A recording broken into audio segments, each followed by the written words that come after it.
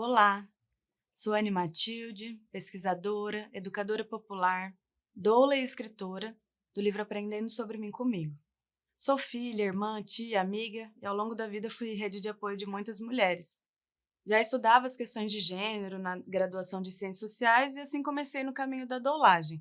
Me tornei acompanhante profissional de parto para ter mais condições de apoiar as pessoas que estavam passando por essa fase da gestação. A partir disso, passei a conhecer o corpo humano e o meu próprio corpo, entender os processos dolorosos e de alívio de dor, já que eu também sofro de fibromialgia, que é uma síndrome dolorosa que afeta todo o corpo. E além disso, entender como a construção da nossa sexualidade afeta o parto, como o parto afeta a vida das pessoas que gestam e como todas essas experiências afetam as relações familiares. E aí eu pude, enfim, olhar para a minha própria história pessoal e desenvolver um estudo para entender por que estou onde estou, por que sinto como sinto e que experiências e desejos me fizeram quem sou hoje. Compartilhei parte desse aprendizado no livro Aprendendo sobre Mim Comigo, que escrevi junto à minha amiga Sofia Paiva, e ao final dessa palestra você pode conferir como ter acesso ao livro gratuitamente.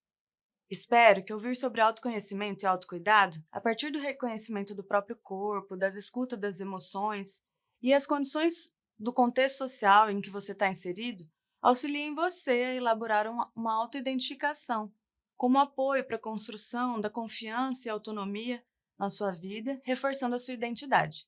Ser menina e jovem mulher na nossa sociedade nem sempre é fácil, e a gente sabe que nem todo mundo tem acesso a diversas ferramentas que a gente utiliza hoje para se autoconhecer, para poder estar mais conectada consigo. E a autonomia que eu tenho trazido aqui é essa questão de você ter condições, porque eu tenho certeza que você tem condições de lidar consigo mesmo e fazer as próprias escolhas para a sua vida.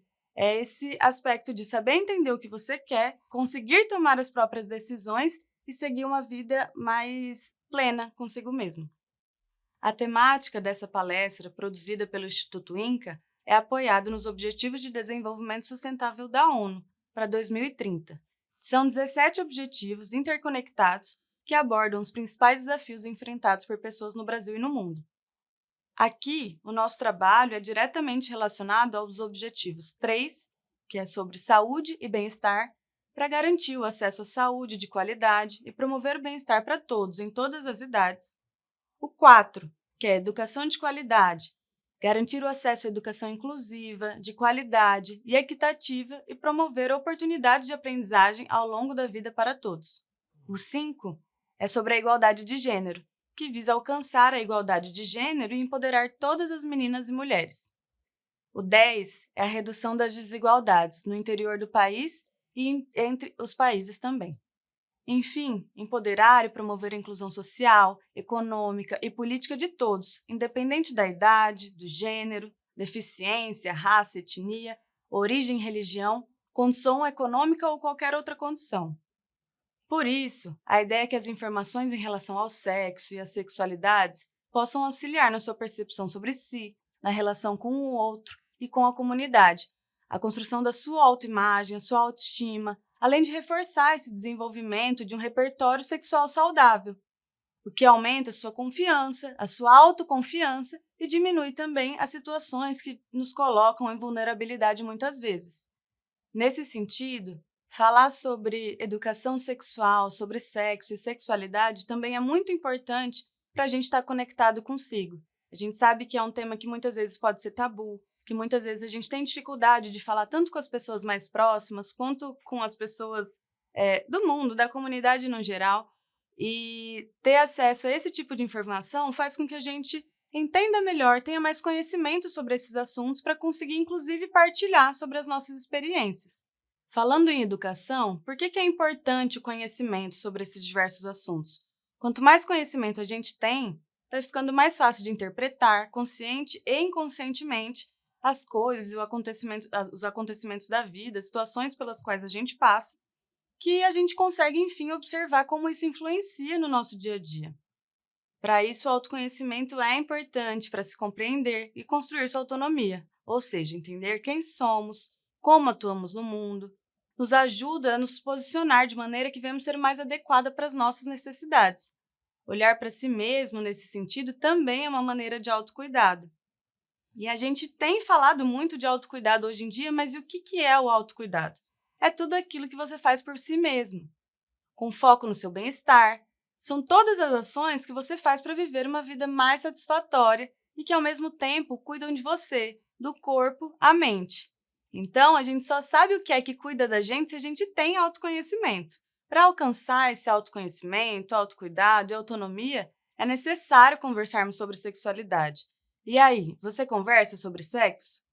O sexo faz parte da vida humana e de todas as pessoas, sejam as que praticam o ato sexual, sejam os que não praticam. Viver uma vida erótica é viver tudo aquilo que desenvolve na gente uma vontade, um desejo de viver, inclusive. E quando a gente fala sobre práticas sexuais, são práticas que são aprendidas, que ao longo da nossa vida a gente vai aprendendo, dependendo das experiências que a gente tem, e por isso sexo é uma prática que requer referências positivas. Como eu disse, se o sexo se aprende, é necessário orientação para olhar para isso como parte da vida humana. Está associado diretamente à construção da nossa identidade. Por isso, precisa ser olhado com atenção esse tema. Por isso, eu quero te colocar aqui para questionar algumas coisas que estão a todo instante nesse nosso tempo, inserindo significados e formas de fazer degradantes, dolorosos, humilhantes, muitas vezes negativas e subjugadas assim das mulheres em relação aos homens ou de orientações sexuais que não são aquilo que a sociedade considera normal, né? Tem muitos preconceitos relacionados às mulheres conversando sobre sexo, por exemplo, que é o tema dessa palestra e o público dessa palestra. As pessoas LGBTs muitas vezes não têm acesso ao tipo de informação sobre saúde sexual e como desenvolver isso de uma maneira um pouco menos degradante, e muitas vezes, nesse nosso tempo, a gente vai sendo condicionado e aprendendo sexo de maneiras humilhantes, negativas, dolorosas, e são essas as referências que a gente tem ao longo da vida. A proposta é que a gente reaprenda aqui como fazer isso de forma respeitosa, consigo e com o outro, e prazerosa a todos os envolvidos, especialmente você. Por isso, é importante a gente pensar o sexo, por exemplo, desassociado de como isso é mostrado na indústria pornográfica e na pornografia no geral. Então, em várias produções audiovisuais, como por exemplo nas pornográficas, o uso de câmeras é sempre focado na mulher, bem como a performance de subjugação, exploração e objetificação dela, voltado basicamente para o prazer masculino. A mídia constrói a imagem de que o corpo feminino é um objeto a ser usado e consumido. Aqui a gente pode ver alguns exemplos de capas de filmes americanos, mas no Brasil a gente também tem muito essas referências. As diversas marcas de cerveja associam a imagem de consumo dessa bebida à aquisição de uma mulher boa, gostosa, redonda, bonita e etc. Isso tudo entre aspas, né? Essas propagandas são realmente necessárias? Essas imagens a gente consegue perceber como o corpo da mulher é completamente focado e sexualizado para a venda da cerveja. Será que o consumo da cerveja precisa sempre estar associado à diversão com o corpo feminino? Um outro caso bastante importante de ser citado é a hipersexualização de mulheres negras. Nessa publicidade da cerveja Devassa, a publicidade fala: é pelo corpo que se reconhece a verdadeira negra. Devassa negra, encorpada, estilo dark, de alta fermentação, cremosa e com aroma de malte torrado. A gente está falando de uma cerveja preta, e a associação da raça ao estereótipo da mulher negra com o corpo violão, que está sempre à disposição para uma diversão sexual, é bastante recorrente quando se fala de mulheres negras na mídia e nas produções do audiovisual no geral, e também no imaginário social, né? Muitas pessoas já têm esse tipo de preconceito e discriminação e por isso usam o corpo da mulher negra olham para o corpo da mulher negra já com essa hipersexualização. Outro ponto bastante importante é a cultura da pedofilia, que afeta como entendemos a beleza. Torna os corpos mais bonitos e desejantes as mulheres pequenas, magras, dóceis, de peles macias e sem manchas, sem pelos, ou seja, buscam meninas e não mulheres reais. né. Então isso é o que a gente chama também de cultura do estupro, por exemplo, que se relaciona à cultura da pedofilia com essa perspectiva de que a mulher é uma mulher dócil, que não tem, condições de consentir, né. Então isso tudo vai sendo atrelado a vários problemas que a gente tem relacionado à nossa própria saúde sexual e como a gente, interpreta o sexo. Aqui na imagem a gente vê também alguns corpos como, corpos vistos como desejantes, e inclusive são esses os corpos que geralmente aparecem tanto nas indústrias pornográficas quanto nas publicidades de cerveja, que são, esses corpos, como eu disse, magros, esses corpos sem manchas, esses corpos pequenos, né, sem pelos. E é importante dizer, gente, que mulheres têm pelos, né, mulheres têm manchas. Mulheres com pelos, especialmente, também têm manchas. As mulheres, ao longo da vida, vão ter rugas, assim como os homens, e toda essa maneira de olhar para a mulher como uma pessoa que não pode, envelhecer, uma pessoa que não pode ter marcas da vida, na verdade é irreal, né. E isso também agora, quando a gente tem usado bastante as redes sociais, e os filtros das redes sociais, tem causado o que a gente chama de disforia, quando a gente se olha no espelho e já não se reconhece mais, não consegue se achar bonita, porque a gente tem um padrão específico a ser seguido, que nas imagens são reproduzidas para a gente uma coisa irreal, que nós mesmos, nos olhando ali na selfie, vemos de outra maneira. Além disso, tem todo o preconceito, né, que já está incrustado nas nossas mentes, tanto das mulheres, quanto dos homens, quanto, enfim, dos adolescentes no geral também. A gente já tem essa percepção de muito preconceito, né, porque o preconceito também é estrutural e vem das desigualdades que a gente passa, e isso tudo vai, criando na nossa cabeça forma de se olhar para isso tudo, para a sexualidade, para a vida das mulheres e, enfim, para todas essas experiências com muito julgamento. Enfim, a sexualidade influencia os nossos pensamentos, nossos comportamentos, nossas ações, as nossas falas. E isso influencia também diretamente o nosso corpo físico e o nosso corpo emocional. Então, a sexualidade está ligada necessariamente à nossa qualidade de vida. E por isso a gente traz aqui que é muito importante ter uma vivência, uma experiência sexual saudável. É necessário entender que o prazer pode ser mais facilmente alcançado quando se tem acesso à informação sobre os corpos, sem o enfoque apenas no nosso corpo físico. Então, entendendo também todos os fatores que atravessam essas experiências. Nossas emoções, o contexto social do qual a gente está inserido também dizem muito sobre como a gente sente, como a gente observa, como a gente vive as relações sexuais. A saúde sexual, nesse sentido, pode ser vista como saber responder às demandas do nosso corpo e das nossas emoções, e assim também saber identificar um desejo e recusar ou dizer não a situações de abuso de qualquer natureza, sejam elas da forma que for. Então, além do nosso corpo físico e mental, o contexto que você cresceu e está inserido podem revelar muito sobre a construção da sua história, e o aprendizado que você teve sobre a sexualidade e gênero atravessam de maneira significativa quando vamos estabelecer relações afetivas e sexuais. Tudo isso fica guardado dentro da gente, conscientemente na nossa mente quando a gente lembra das experiências, ou inconscientemente quando às vezes só o nosso corpo tem algum comportamento que a gente não entende inicialmente, mas que já diz sobre a gente o que a gente está sentindo, e por isso é importante observar isso tudo para saber se reconhecer. Então, é importante também entender que as experiências que a gente acessa e as oportunidades que a gente tem são diferentes a depender da nossa classe social, cor, raça, idade, orientação sexual e, sobretudo, de educação e informação, que possibilitam que a gente viva de maneiras muito particulares cada uma dessas experiências sexuais. Então, aqui eu vou pedir para vocês pegarem um papel e uma caneta e responder algumas perguntinhas para mim. Então, vamos lá?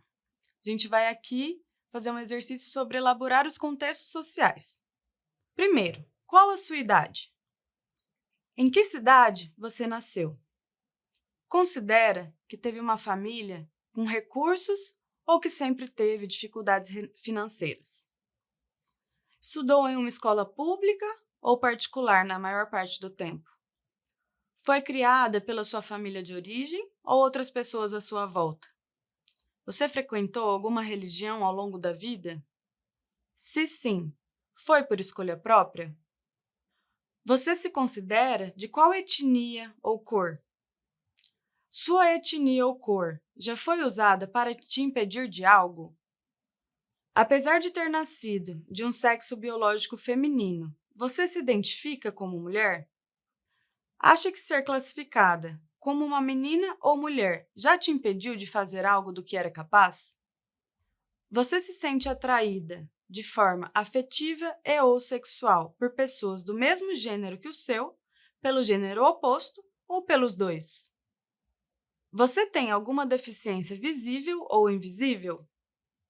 Se sente diferente por isso? E por fim, você já se sentiu constrangida por algum desses fatores? Você pode, às vezes, nem ter respostas para todas essas perguntas. O importante aqui é que exista uma reflexão sobre a sua situação no mundo, a condição que você esteve no mundo ao longo do seu crescimento e como isso formou você ao longo da vida, como isso construiu a sua história e como isso também constrói uma experiência de vida diferente da pessoa que está ao seu lado, de todas as pessoas que podem estar ouvindo essa palestra. Isso tudo é diferente para cada uma de nós e muitas vezes, quando é parecido, a gente cria uma identificação com as pessoas que respondem a mesma experiência de vida. E, de repente, é importante partilhar com essas pessoas quando você se sentir confortável. Aqui eu vou te apresentar alguns conceitos relacionados ao sexo, ao gênero, sexualidades, as sexualidades diversas que existem e que são, na verdade, incontáveis. E isso tudo você pode também acessar mais sobre esse conteúdo no livro Aprendendo sobre Mim Comigo.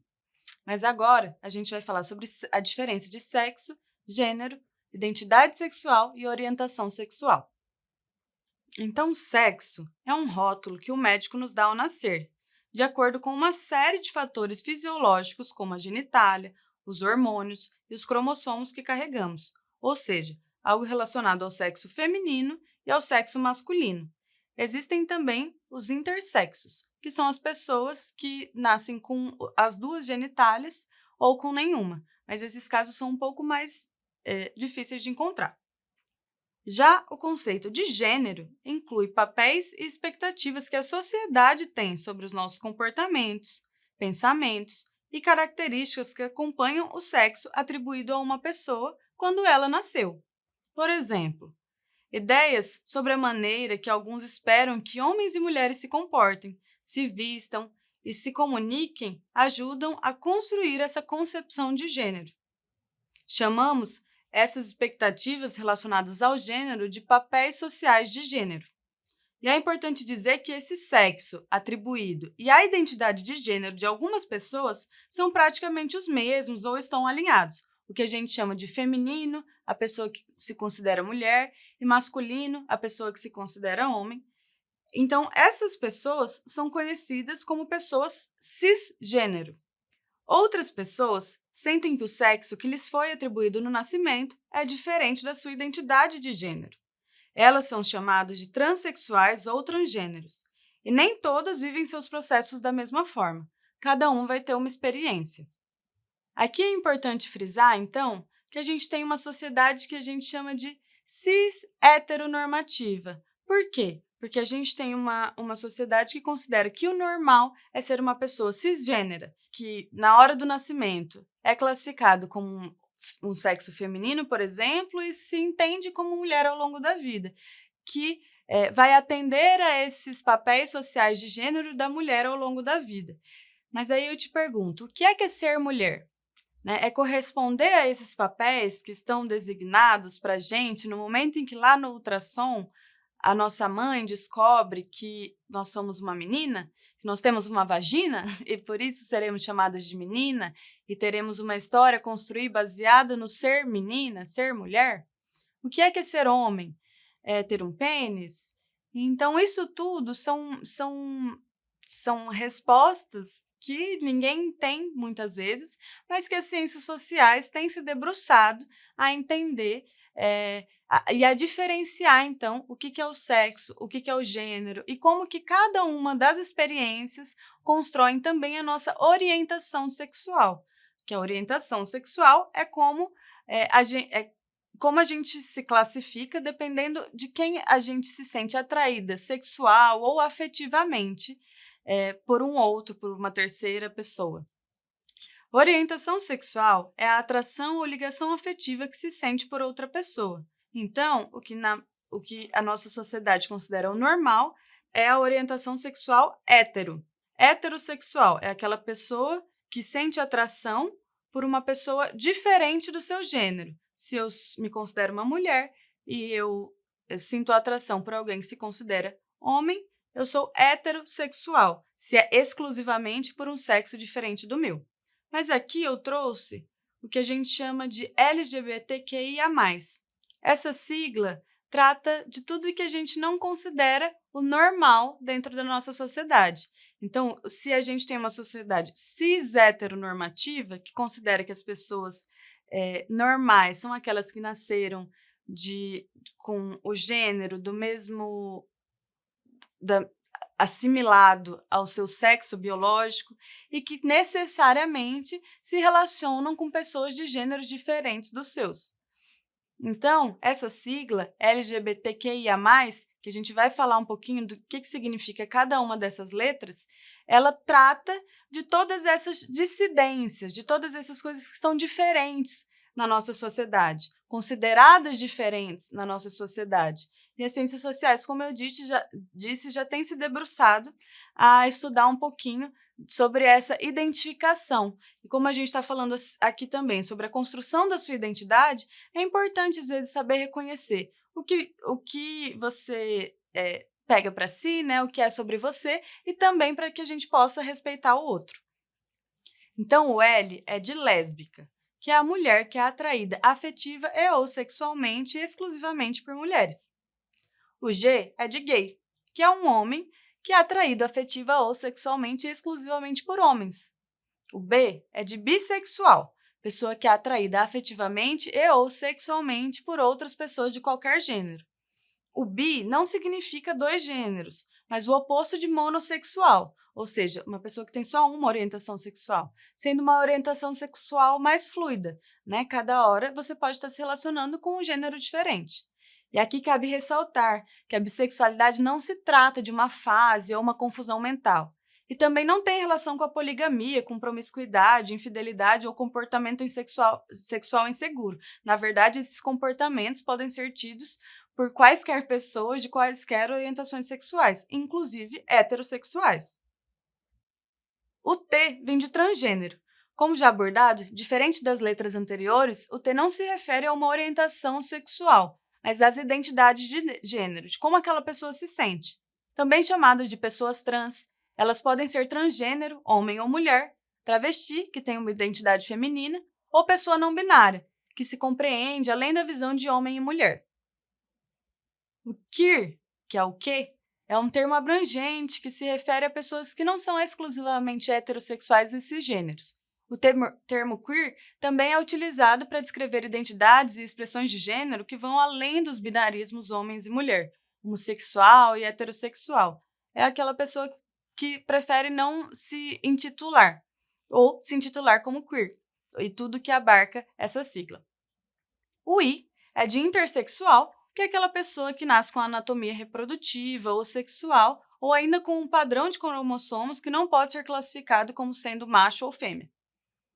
Assexual é a pessoa que não é atraída sexualmente por ninguém. Pode haver atração romântica, afetiva ou não, mas é assim que ela se identifica.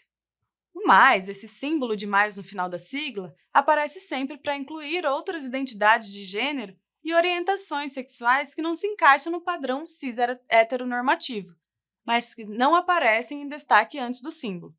A ideia é incluir toda a diversidade, sem deixar ninguém para trás. É importante ressaltar que o sistema em que vivemos é estruturalmente opressor, e já sabemos que o público LGBTQIA+, pode sofrer ainda um acúmulo de opressões, e a sexualidade e invisibilidade, devido ao cruzamento desses fatores, a cor, a raça, às vezes é o biotipo, né, o fenótipo, especialmente na periferia, produz ainda mais desigualdades.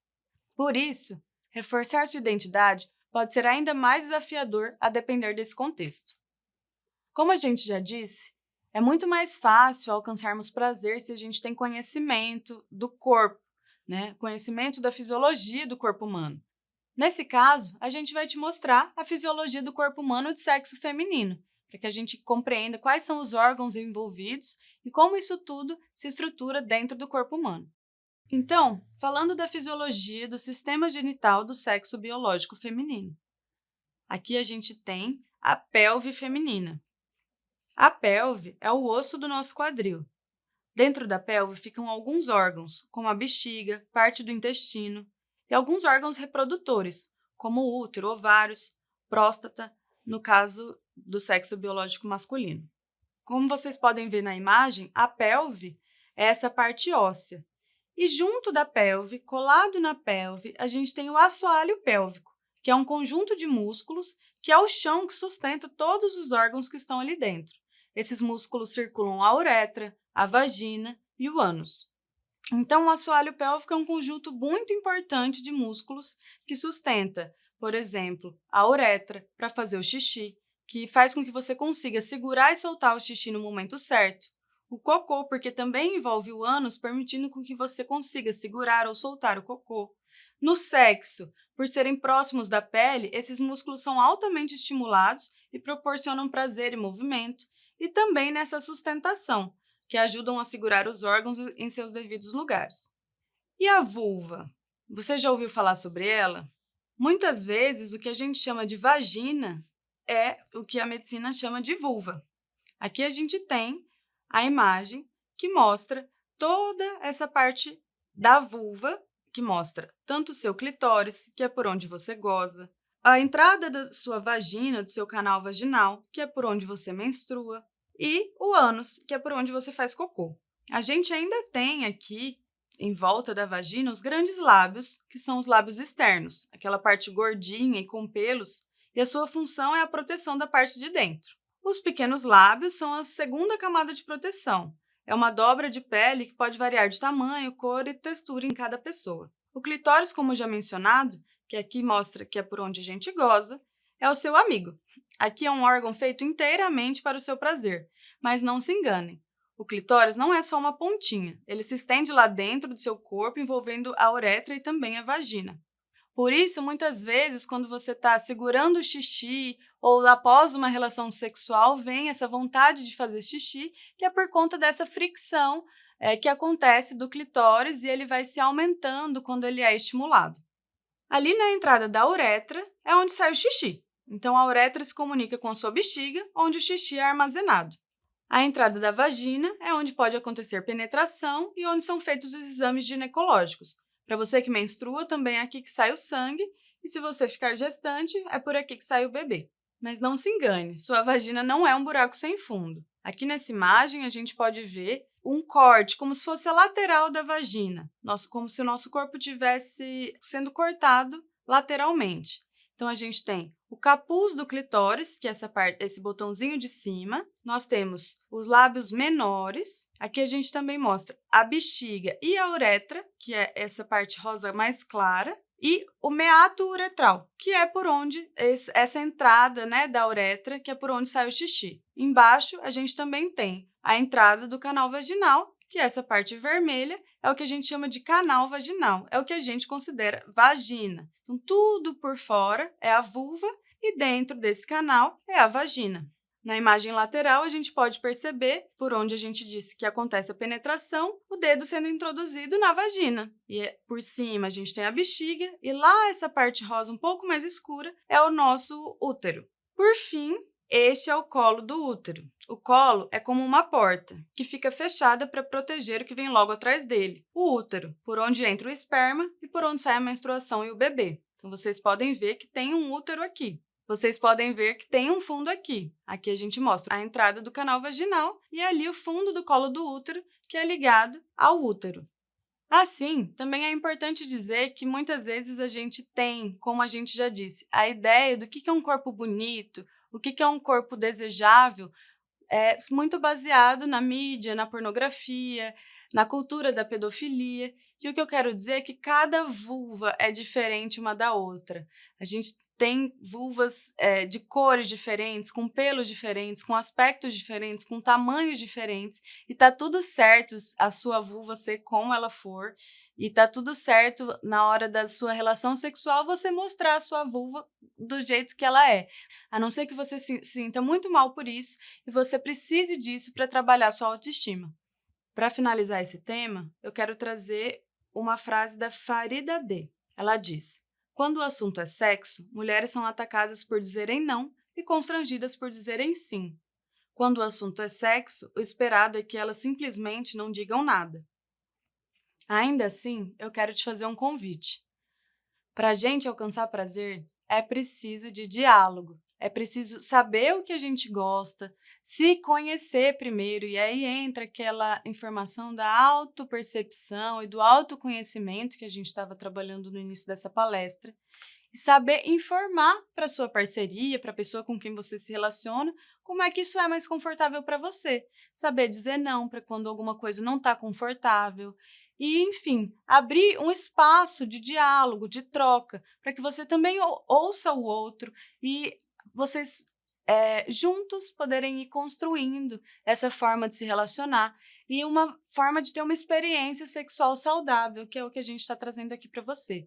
Então, abrir um campo de diálogo, muitas vezes as coisas não são de imediato, né? Quando a gente fala, são várias tentativas para fazer chegar a um momento de prazer genuíno, e é importante que esse caminho esteja aberto, tanto para você com o outro, quanto do outro para falar com você, e assim a gente pode construir experiências um pouco mais conectadas consigo, com o outro e bem mais prazerosas. E assim, a gente já trouxe o exemplo das pessoas assexuais. E o que eu quero trazer aqui também é que nem todo mundo gosta de sexo e tudo bem. Aceite o seu tempo, espere você se sentir pronta. E, como eu disse, as nossas experiências, mesmo que elas não sejam objetivamente sexuais, todas as nossas experiências de vida vão construindo o que a gente pensa sobre o sexo. Então, o que eu quero trazer aqui, na verdade, é isso. Faça quando você se sentir à vontade e quando isso for uma experiência para você e não para o outro. Então, para relembrar, sexo e masturbação não são uma obrigação, apenas faça quando e se tiver vontade. Gozar é bom, mas todo o caminho que leva até ele é também. Saboreie o momento e não se cobre o orgasmo. Seu corpo tem um ritmo único, respeite. Conversar com outras pessoas vai te ajudar a perceber diferentes perspectivas e saber sobre novas experiências. Não se obrigue a nada para agradar outras pessoas. Só você sabe o que é bom para você. Viva sua sexualidade com respeito aos seus próprios limites. Sim, é possível melhorar a sua libido e seu prazer, mas nada disso virá do dia para a noite. É preciso empenho e paciência. Por fim, eu te convido a pensar sobre os seus próprios sentimentos. E aqui é uma frase que é um pouco que você pode colocar no espelho, você anota aí no seu caderninho para você sempre se perguntar quando você estiver desconfortável ou passando por alguma situação que você não consegue identificar quais sentimentos você está naquele momento. Você pode perguntar como eu me sinto, ou seja, qual sentimento eu tenho quando algo acontece, alguma situação que se repete e que é um gatilho para aquele sentimento que eu estou tendo. Então, quando você estiver muito confusa, quando você estiver desconfortável, você pode ver o que foi que aconteceu nessa experiência e nomear o sentimento que você tem. Assim você consegue se perceber e consegue reconhecer também os gatilhos das situações que podem te deixar desconfortável. Essa frase também serve para boas situações, por exemplo, para a gente saber reconhecer o que é que está sempre fazendo a gente ficar mais feliz, quais são as coisas que são boas para nós. Mas eu estou trazendo isso também porque é importante a gente saber reconhecer os desconfortos para saber também o que fazer quando a gente percebe que está passando por uma situação de abuso ou violência, por exemplo. Nesses casos, a delegacia, por exemplo, é um caminho, a denúncia, porque é importante que o criminoso responda pelo seu ato. Mas eu quero dizer que o foco deve ser você, e você precisa estar preparada para essa denúncia, já que precisará passar por perícia, por perguntas, e nem sempre isso é feito da melhor forma. você tem que se sentir confortável na hora de abrir isso para alguém. Então é importante, além disso tudo, que você converse com alguém da sua confiança, seja uma professora, a mãe de uma amiga, algum familiar, mas é importante também buscar um acompanhamento médico e psicológico se for possível. O próprio SUS pode ofertar isso para você. E por fim, afaste-se, sem receios, daquilo que te causa desconforto ou constrangimento. Cuide de você e deixe que outras pessoas também cuidem. Então, quando você identificar que aquela situação que quando o meu tio chega em casa e ele passa a me abraçar muito fortemente ou se aproximar de mim pegando em mim e é uma situação que eu não gosto e eu me sinto, às vezes, com raiva, triste, confusa. Isso tudo são situações que você pode se observar para poder entender o que fazer a partir disso. E aí eu vou te fazer mais algumas perguntas que você não precisa responder agora. Mas para pensar, quais são os seus limites e as necessidades fundamentais em uma relação com você?